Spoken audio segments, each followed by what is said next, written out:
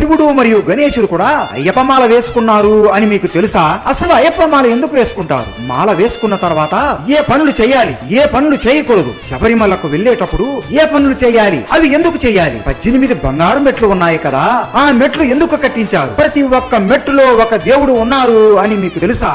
ఇవన్నీ ఈ రోజు వీడియోలో తెలుసుకుందాం. ప్రతి ఒక్క అయ్యప్ప భక్తుడు మిస్ అవ్వకుండా ఈ వీడియో చూడండి. పరమ శివుడికి కార్తీక మాసం అంటే చాలా ఇష్టం. ఈ కార్తీక మాసంలో శివుడు కూడా అయ్యప్ప మాల వేసుకుంటాడు. అలా శివుడు అయ్యప్ప మాల వేసుకుని ధ్యానం చేస్తూ ఉండడం బుజ్జి గణపయ్య చూస్తాడు. నాన్నగారేంటి ఈ రోజు కొత్తగా నల్ల బట్టలు వేసుకున్నాడు అని ఆశ్చర్యపోయి శివుడి దగ్గరికి వెళ్లి, నాన్న ఎందుకు మీరు నల్ల బట్టలు వేసుకున్నారు అని అడగగా శివుడు కళ్ళు తెరిచి, గణేశ నేను అయ్యప్ప దీక్ష వేశాను అని అంటాడు. అయ్యప్ప దీక్షనా అంటే ఏంటి తండ్రి, ఈ అయ్యప్ప ఎవరు అని అడగగా శివుడు నవ్వుతూ, అయ్యప్ప నీకు తమ్ముడు అవుతాడు నాయన అని మొత్తం అయ్యప్ప కథని చెబుతాడు. మహిషికి బ్రహ్మ ఇచ్చిన వరం గురించి, భస్మాసురుడు శివుడిని పరుగులు పెట్టించిన విషయం గురించి, శివుడికి విష్ణువుకి మధ్య జరిగిన శృంగారం గురించి, అయ్యప్ప జననం, అయ్యప్ప ఎలా పెరిగాడు అనే విషయాల గురించి, మరియు అయ్యప్పకి మహిషికి జరిగిన యుద్ధం, మొత్తం అయ్యప్ప చరిత్రని గణేశుడి చెబుతాడు. ఇవన్నీ మీకు తెలియకపోతే మన ఛానల్లో ఇంతకు ముందే పెద్ద వీడియో పెట్టాం, అది కూడా మీరు తప్పకుండా చూసేయండి. చాలా అద్భుతమైన కథ ఇది. గణేశుడు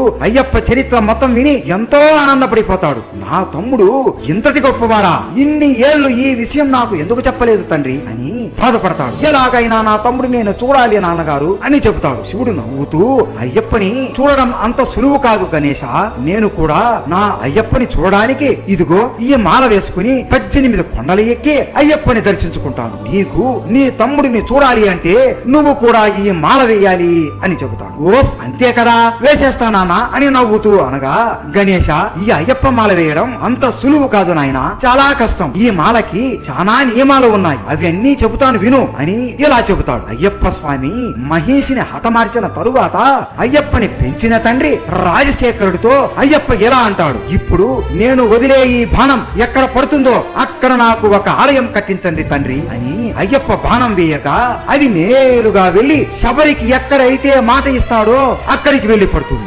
రాజశేఖరుడు చాలా కష్టపడి అక్కడ ఆలయాన్ని నిర్మించాడు. తరువాత రాజశేఖరుడికి ఒక రోజు అయ్యప్ప స్వామి కలలోకి వచ్చి, నా ఆలయంలో జీవిత తత్వాలను వివరించే విధంగా 18 మెట్లను నిర్మించు అని చెబుతాడు. రాజశేఖరుడు అయ్యప్ప చెప్పినట్లే అయ్యప్పను దర్శనం చేసుకోవాలి అంటే ఈ మెట్లు ఎక్కి వచ్చే విధంగా 18 బంగారు మెట్లను నిర్మించాడు. ఈ 18 మెట్లు చాలా పవిత్రమైనవి. 18 కొండలకు, 18 మంది దేవతలకు మరియు 18 తత్వాలకు ఆనవాలుగా ఉన్నాయి. గణేశ నాన్న అసలు ఈ 18 కొండలు ఏవేవి, ఎందుకు ఎక్కాలి, అలాగే 18 మెట్లు ఎందుకు ఎక్కాలి అని అనగా శివుడు కూడా నవ్వుతూ, మొదటిగా 18 కొండలు ఏవి అంటే ఇంజిపరమల, కలైకట్టిమల, పుదుచ్చేరిమల, కరిమల, తలైపరమల, దేవరమల, శ్రీపాదమల, మైలాడుమల, మాతంగమ్మల, కల్కట్టిమల, చిత్రాంబలమల, సుందరమల, నాగాంబలమల, గౌండ్రమల, నీలకమలమల, నీలమల, నాంబలమల మరియు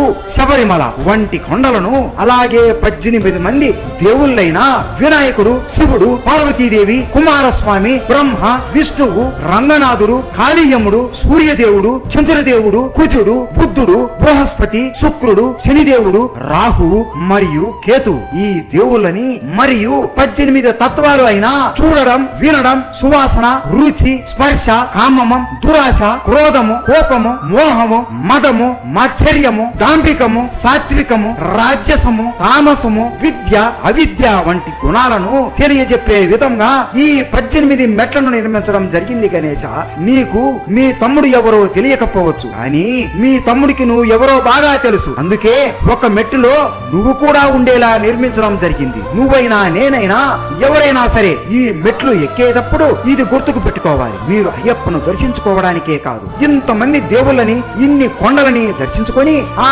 తర్వాతనే అయ్యప్పను దర్శించుకుంటున్నారు. అంత గొప్ప ఆలయం గణేశ ఈ శబరిమల ఆలయం. అలా ఆలయం మొత్తాన్ని రాజశేఖరుడు నిర్మించాడు. కానీ అయ్యప్ప విగ్రహం ఎలా ఉండాలి, ఎలా పెట్టాలో అర్థం అవ్వదు. అప్పుడు సాక్షాత్తు విష్ణు అవతారమైన ఆ పరశురాముడే ఆయన చేతుల్లో అయ్యప్ప విగ్రహాన్ని పట్టుకుని గుడి లోపలికి వస్తాడు. ఆ విగ్రహం చూడడానికి ఎంతో అందంగా ఉంటుంది గణేశ, అసలు చెప్పడానికి మాటలు లేవు. ఆ దివ్యమైన విగ్రహాన్ని పరశురాముడు తన చేతులతో మకర సంక్రాంతి దినమైనటువంటి శుభదినాన కృష్ణ పక్షం పంచమి తిథి ఉత్తర నక్షత్ర శుభదినాన మన బుజ్జి గణపయ్యను ప్రతిష్ఠింపజేశాడు. ఆ రోజు నుండి ప్రతి సంవత్సరం మకర సంక్రాంతి రోజు అయ్యప్ప తన భక్తులకు దర్శనం ఇచ్చి పరిపాలిస్తున్నాడు. అప్పుడు అయ్యప్ప ఇప్పటి నుండి నేను చెప్పిన నియమాలు అన్ని భక్తితో పాటించి నన్ను దర్శించుకుంటే వాళ్ళను నేను అనుగ్రహిస్తాను అని విగ్రహంలోకి వెళ్ళిపోయాడు అని గణేశుడికి శివుడు చెబుతాడు. అప్పుడు గణేశుడు, తండ్రి అసలు ఈ నియమాలు ఏంటి, అలాగే అయ్యప్ప భక్తులు నల్లటి బట్టలే ఎందుకు వేసుకోవాలి అని అడుగుతాడు. ఇదంతా అయ్యప్ప శని దేవుడి దగ్గర నుండి తీసుకున్న మాట నాయన అని ఇలా చెబుతాడు. అయ్యప్ప స్వామి తన భక్తులను శని దేవుడు పీడించకూడదు అని శని దేవుడి దగ్గరికి వెళ్లి, ఓ శనిదేవా, నువ్వు మానవులని 7 సంవత్సరములు ఎందుకు అంతగా పట్టి పీడిస్తున్నావు అని అనగా, మన త్రిమూర్తులకు సృష్టించడం, పాలన చేయడం, విధ్వంసం చేయడం వారి వారి ధర్మాలు స్వామి, అలాగే ఈ మానవులని పట్టి పీడించడం నా ధర్మం స్వామి అని అంటాడు. మనం సృష్టించిన ఈ మానవులని మనమే పీడించడం ధర్మమా? నువ్వు నీ ధర్మాన్ని నెరవేర్చకపోతే ఏమవుతుంది శనిదేవా అని అంటాడు. మొత్తం సృష్టి ధర్మమే తల క్రిందులు అయిపోతుంది స్వామి అని అంటాడు. బ్రహ్మ ఈ మనుషుల తలరాతని రాస్తున్నాడు, వారి తలరాత ప్రకారం నేను వారిని పట్టి పీడిస్తున్నాను, ఇది నా ధర్మం స్వామి అని అంటాడు. అయితే నీకు ఈ మనుషులను పట్టి పీడించడం ఇష్టం లేదా అని అంటాడు. నువ్వు కేవలం బ్రహ్మరాతని నెరవేరుస్తున్నావు అంతే కదా అని అనగా, అవును స్వామి, నాకు ఈ మనుషులంటే చాలా ఇష్టం, నేను కేవలం బ్రహ్మరాతను పాటిస్తున్నాను అంతే అని అంటాడు. అయితే ఒక పని చేద్దాం శనేశ్వర, నా భక్తులు మండలం కాలం పాటు మాల వేస్తారు, 7 ఏళ్లు అనుభవించే కష్టాలు అన్ని ఈ 40 రోజులలోనే అనుభవిస్తారు, దాని తరువాత నువ్వు వాళ్ళని పట్టి పీడించకూడదు అని అనగా, శని దేవుడు గట్టిగా నవ్వుతూ, ఏం మాట్లాడుతున్నారు స్వామి, కేవలం 40 రోజులలో ఎన్ని కష్టాలు అని అనుభవిస్తారు నీ భక్తులు, నేను కలిగించే కష్టాలు 100 మధుర రసాలతో మధుర పానీయాలతో రుచించే వారిని దెబ్బతీస్తాను, మాంసం తినే వారిని నోట్ల మీద కొడతాను, దాంతో దారికి బుద్ధి లేక అలమటించిపోతారు అనగా, అయ్యప్ప స్వామి నవ్వుతూ, నా భక్తులు కేవలం సాత్విక ఆహారం మాత్రమే స్వీకరిస్తారు అని అంటారు. ఈ మనుషులు పడక మీద సుఖంగా పండుకుంటారు కదా, వీళ్ళని చివరికి కట్టెల మీద పండుకుండేలా చేస్తాను అని శని దేవుడు అనగా, నా భక్తులు అన్ని సుఖాలు విడిచి కటిక నేల మీద పడుకుంటారు అని అయ్యప్ప అంటారు. వేడి వేడి నీళ్లతో స్నానం చేసే వారి జీవితాలతో నేను ఆడుకుంటాను అని శని దేవుడు అనగా,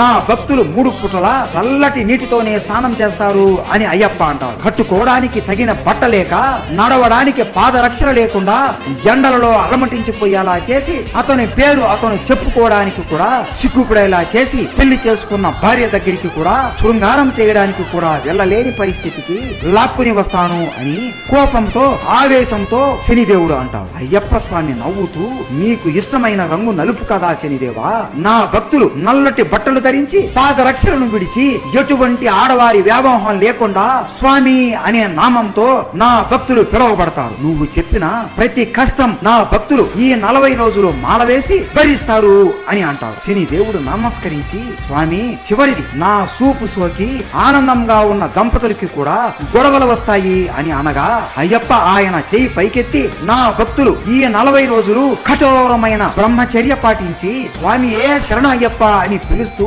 అడుగులలో నడుస్తూ ఈ కొండలు అని ఎక్కి నా దర్శనానికి శబరిమలైకి వస్తారు. అటువంటి నా భక్తులని నువ్వు ఎప్పటికీ పట్టి పీడించకూడదు శనిదేవా, వీరికి ఎల్లప్పుడూ సుఖాలు మాత్రమే కలగాలి, ఇదే నా ఆజ్ఞ, ఇదే నా శాసనం అని అయ్యప్ప స్వామి అంటాడు. అందుకే ఇప్పుడు మనం అయ్యప్ప మాల వేసినప్పుడు నల్ల బట్టలు వేసుకుంటాము అని గణేశుడికి శివుడు చెబుతాడు. అయ్యప్ప విగ్రహం చాలా అందంగా ఉంటుంది గణేశ. అయ్యప్ప 2 కాళ్ళు ముడిచి కూర్చున్నట్లుగా ఉండి, కుడి చేతిని కుడి మోకాళ్ళ పైన ఉంచి ఎడమ చెయ్యి భక్తులను దీవించేలాగా ఉంటుంది. అంటే తానే శరీరం అన్నవారికి అభయం ఇచ్చేలా అద్భుతమైన రూపం ఇది. కానీ నా అయ్యప్ప ఎంతసేపు ఇలా కూర్చుని ఉంటాడు, ఆయనకి కాళ్ళు మరియు నడుము నొప్పి వస్తుంది అని భావించి రాజశేఖరుడు ఒక యోగా పీఠాన్ని తయారు చేయించి ఆ పీఠాన్ని అయ్యప్ప నడుముకి కాళ్ళకి బిగిస్తాడు. అలా అప్పటి నుండి అయ్యప్పని ఆ రూపంలోనే భక్తులు అందరూ పూజిస్తున్నారు.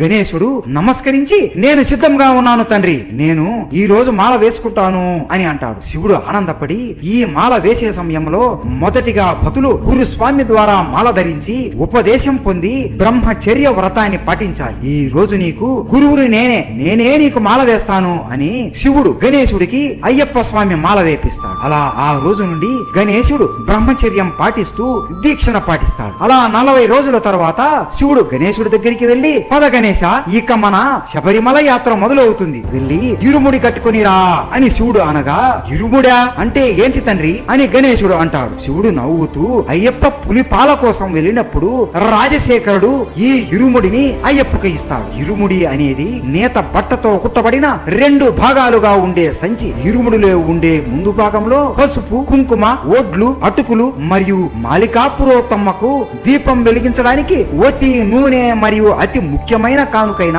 నేతి కొబ్బరికాయ ఉంటాయి. నేతి కొబ్బరికాయ అంటే 3 కళ్ళతో ఉన్న కొబ్బరికాయని తీసుకుని ఒక కన్నుకి రంధ్రం పెట్టి అందులో ఉన్న నీటిని తొలగించి స్వచ్ఛమైన నేతితో నింపిన కొబ్బరికాయను నేతి కొబ్బరికాయ అని అంటారు. ఈ కొబ్బరికాయ నన్ను మరియు మోహినిని గుర్తు చేస్తుంది. ఎలా అంటే కొబ్బరికాయకు 3 కళ్ళు ఉంటాయి కాబట్టి ఆ కొబ్బరికాయను శివుడిలా భావిస్తారు, లోపల ఉండే నేతిని మోహినిలా భావిస్తారు. మమ్మల్ని గుర్తు చేసే ఈ ప్రసాదం అంటే అయ్యప్ప స్వామికి చాలా ఇష్టం గణేశ.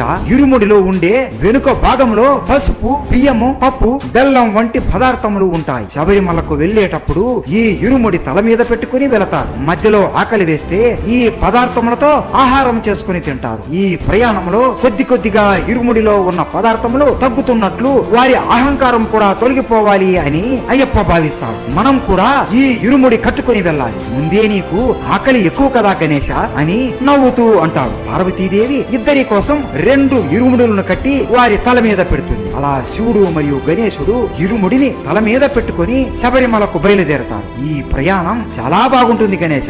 మొత్తం ఈ శబరిమల ప్రయాణం ఎలా చేయాలో చెబుతాను విను అని ప్రయాణం చేస్తూ చెబుతాడు. ప్రయాణం మొదలు పెట్టిన భక్తులు అందరూ ఎరుమెలే అనే చోట అందరూ కలుస్తారు. ఎరుమెలేని శబరిమలకు ప్రవేశ ద్వారం అని చెప్పుకుంటారు. ఇక్కడే అయ్యప్పకు మిత్రుడైన వావరస్వామి మస్జిద్ ఉంది. భక్తులు అందరూ వావరస్వామికి నమస్కరించి విభూదిని తీసుకుంటారు. ఈ ఎరుమెలేలోనే ముఖ్యమైన ఘట్టమైన పెట్టెతుల్లే అనే కార్యక్రమం జరుగుతుంది. భక్తులు అందరూ మనసులో ఉండే బాధలు అన్ని పోయే వరకు నాట్యం చేస్తూ భజనలు చేస్తారు. పెట్టెతుల్లే ముగిశాక కన్య స్వాములకి ఒక కర్ర మొక్క మరియు ఒక నల్లటి నారాన్ని ఇస్తారు. నువ్వు కూడా ఇదే మొదటిసారి మాల వేస్తున్నావు కాబట్టి నువ్వు కూడా కన్యస్వామివే గణేశ.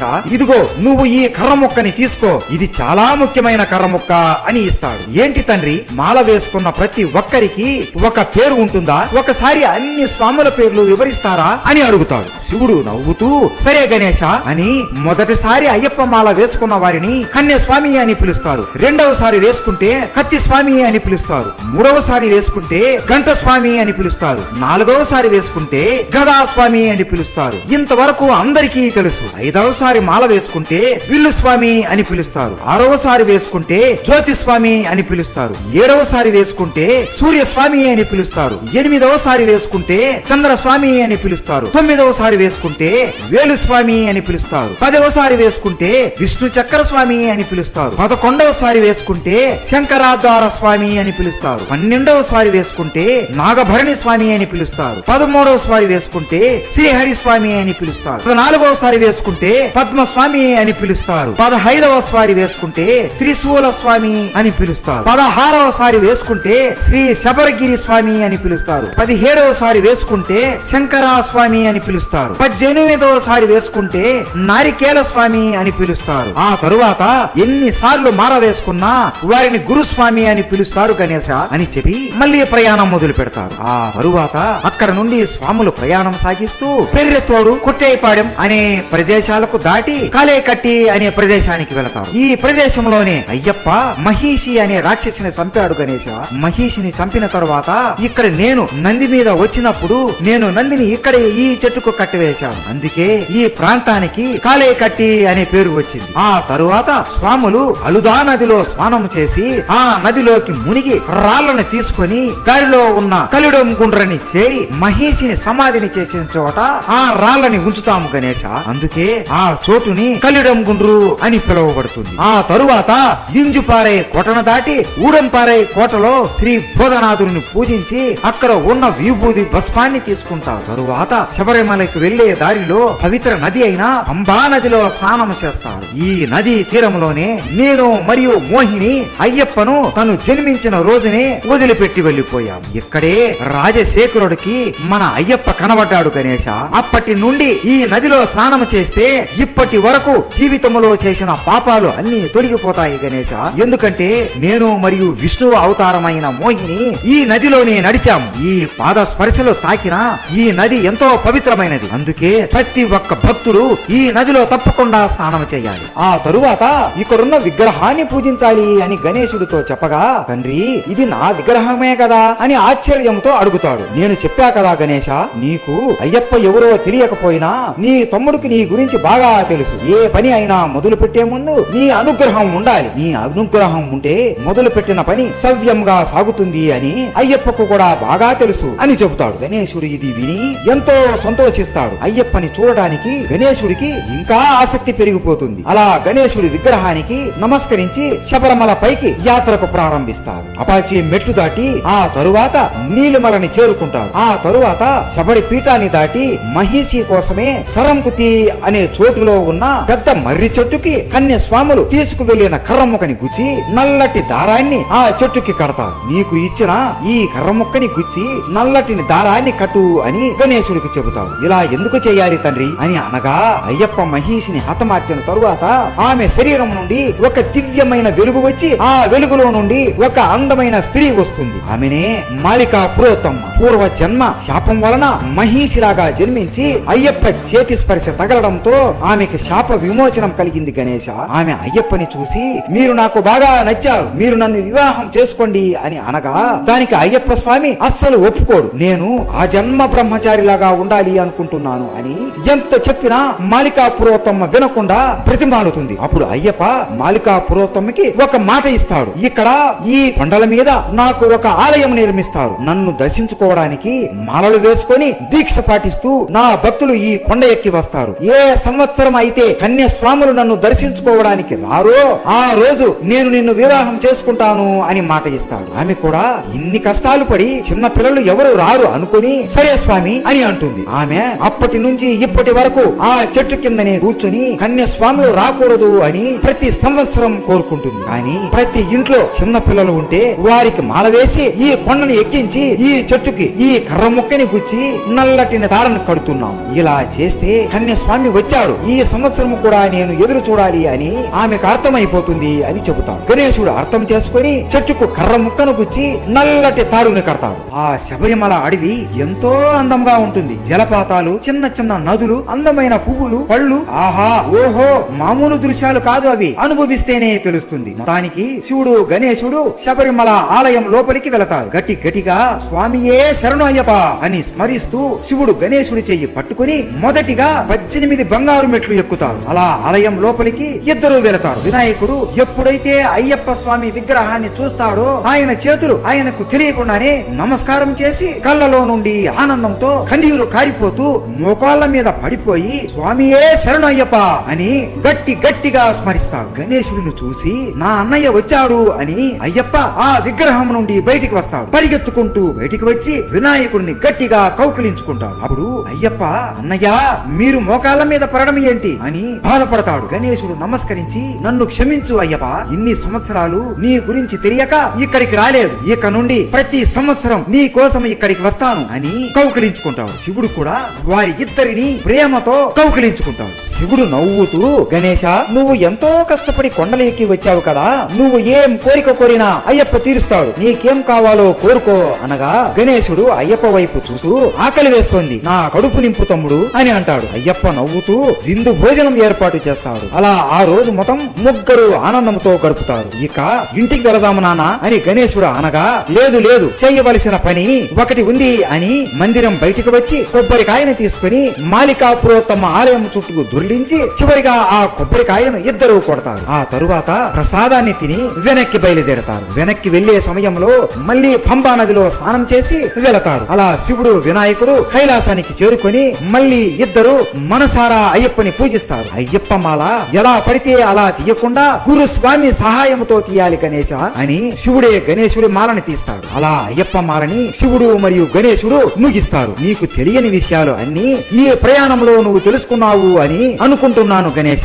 ఇక నుండి ప్రతి సంవత్సరం నువ్వు మాల వేస్తావా అని అనగా, తప్పకుండా నాన్నగారు, ప్రతి సంవత్సరం నేను మాల వేస్తాను అని గణేశుడు చెప్తాడు. ప్రతి ఒక్కరికి శబరిమల యాత్ర ఎలా వేయాలో అర్థమైంది అని భావిస్తున్నాం. మేము ఎంతో కష్టపడి ఈ వీడియో చేశాం, మీకు నచ్చింది అని భావిస్తున్నాం. అయ్యప్ప స్వామి అంటే మీకు ఇష్టం ఉంటే ఈ వీడియో ప్రతి ఒక్కరికి షేర్ చేసి స్వామియే శరణమయ్యప్ప అని కామెంట్ చేసి, లైక్ చేసి, షేర్ చేసి, సబ్స్క్రైబ్ చేయండి. స్వామియే శరణమయ్యప్ప.